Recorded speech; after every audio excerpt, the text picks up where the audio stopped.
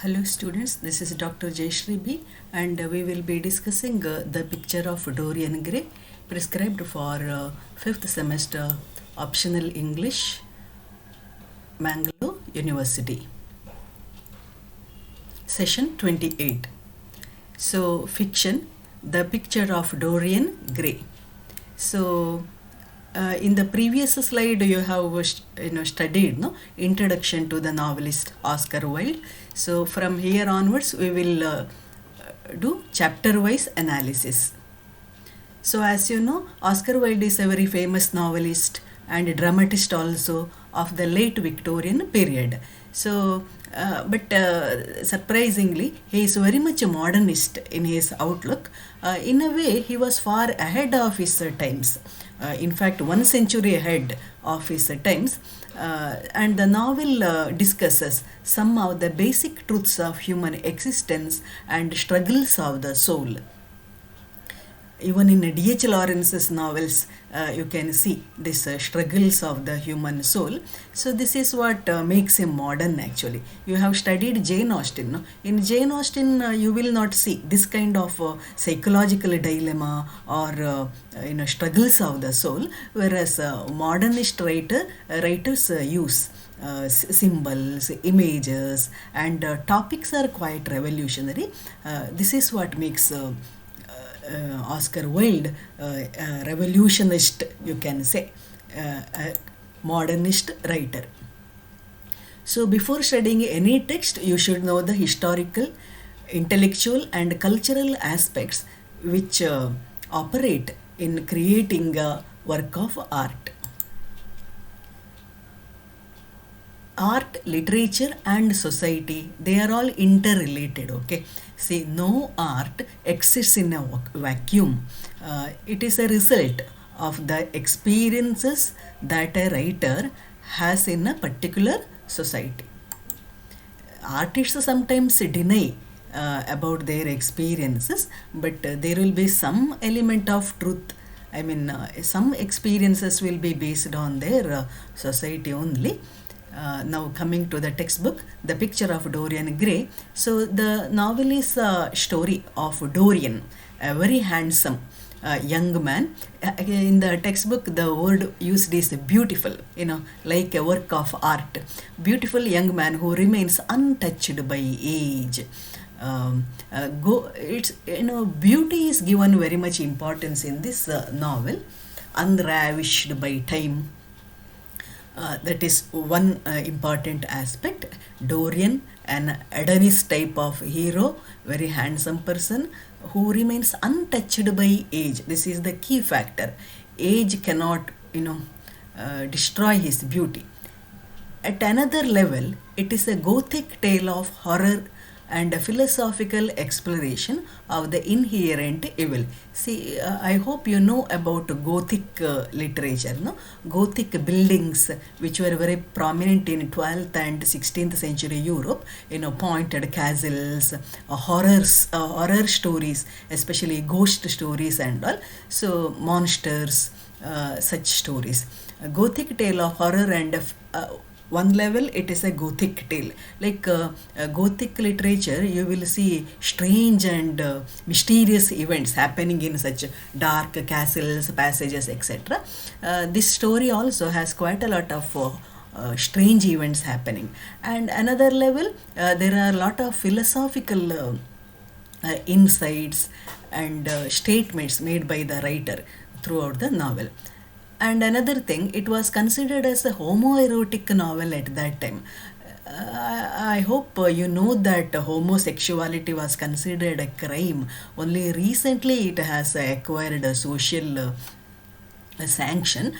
During Oscar Wilde's time, it was considered a criminal offense. Oscar Wilde was sentenced to prison for this crime. He had a relationship with the young boy. There, in fact, two people who are very important to him in this regard, they sort of destroyed his life. Next, the novel takes place during the Victorian era. Victorian era is the period of 1837 to 1901. 1901 onwards, you have this modern period. So that way, the novel belongs to late Victorian era.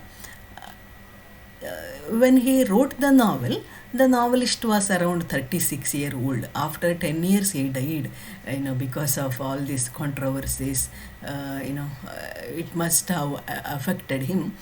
So Victorian era. So you have studied about Victorian era, no? It was comparatively a peaceful period in the history of literature. Imperial expansion was there, and Indians, we were struggling for independence at that time. Anyway, but considering English literature, it was a very fertile period in the history of English literature. The treatment of subjects is different. Unlike the romantic poets, Victorian poets focused more on society. Even the novels are focused more on individual lives. But what makes Oscar Wilde different is he's more modernist in spirit. So you can see a drastic difference between the writings of George Eliot, Jane Austen, and Oscar Wilde. And the period itself was rather strenuous. There was a conflict between science and religion. Charles Darwin's Origin of the Species, it sort of shook the very foundation of religion. All the religions believe certain stories related to the creation of man, purpose of life, etc. Suddenly the theory says fittest of the survival of the fittest, then we are descendants of monkeys and all. So religious faith started deteriorating, and people need some center of religion, which was lacking. So there was quite a lot of unrest, spiritual unrest. If you study Matthew Arnold's Dover Beach, you will get a wonderful understanding of the Victorian unrest. Then politically also there were problems brewing. So all in all, this overall unrest gets reflected in literature also. So then regarding the cultural aspects, aestheticism was the major movement which influenced Oscar Wilde, and he played quite an important role in it. As you know, as you have studied in the introductory part, Oscar Wilde studied in Oxford, and while studying, he was influenced by Walter Pater and John Ruskin. So, as a theory, aestheticism gives more importance to beauty in art and literature. See, Victorians believed that art, literature should have some didactic purpose. It should reform human life. It should teach human beings. But Oscar Wilde said that, propagators of aestheticism said that art doesn't have to teach any morals. The purpose of art is to develop taste. And an appreciation of beauty. So these the aestheticism painters, artists, writers are more for depiction of beauty in their writings or art. Regarding their lifestyles, they were in pursuit of sensual pleasure, you can say. In the novel, Dorian Gray indulges in all this, collecting perfumes, jewelry, watching dramas, listening to music, but he doesn't show any attachment as such, moral attachment, responsible attachment to any of this. Then decadence is the further development of aestheticism. French, Baudelaire, such writers. As I have already told you, they were in pursuit of sensations, sensual pleasures, living experience to its extreme. Dressing up in an overt manner, dandyism. Oscar Wilde experimented with all this. The Yellow Book refers to a book written in French language, Rebers, which was given to Dorian as a gift in the novel by Lord Henry. Yeah, Walter Pater and aesthetic movement we have discussed, and concept of soul and senses. This is a very important statement made by Lord Henry in the novel. When Dorian was smelling a bunch of lilacs, he makes this comment. Yes, yes, you have every right. Say the intention is to cure the soul by the means of senses and the senses by the means of spirit. So Dorian tries to obey this in a very meticulous manner. Okay, now coming to the text. As you know, when the book was published, it created a huge controversy. At the same time, people were appreciative of Oscar Wilde's art also. The preface itself was so wonderful, consisting of many memorable statements such as the artist is the creator of beautiful things. As you know, he was a propagator. He stood by this aesthetic movement. No? The artist is the creator of beautiful things. The 19th century dislike of romanticism is the rage of Caliban not seeing his own face in a glass. So, aestheticism rejects realism actually. Instead of realistic representation, the purpose is to depict beauty. Art is an end in itself. Art for art's sake. That's what. Now, no artist, again, views on art as in the preface. No artist deserves to prove anything. See, an artist doesn't have to prove anything in his work. Now, how does an artist represent his ideology? By using language and thought. Again, all art is at once surface and symbol. Now, this aestheticism movement people, they use a lot of symbols to represent their emotions. That is why all art is at once surface and symbol. So in Dorian Gray, you have a lot of symbols, psychological symbols, societal images, like that. It is a spectator and not life that art really mirrors. See, normally we expect that literature is a reflection of life. So Oscar Wilde made a strong statement that life imitates art rather than art imitates life. Interesting, isn't it? Now coming to the text part, chapter 1. So in the chapter 1, you are introduced to the protagonist, Dorian Gray, handsome Apollo-like protagonist. So he is in the company of Basil Hallward, the painter. There are three important people: Dorian, Lord Henry, and Basil Hallward, who paints his picture. So at that time, Lord Henry arrives.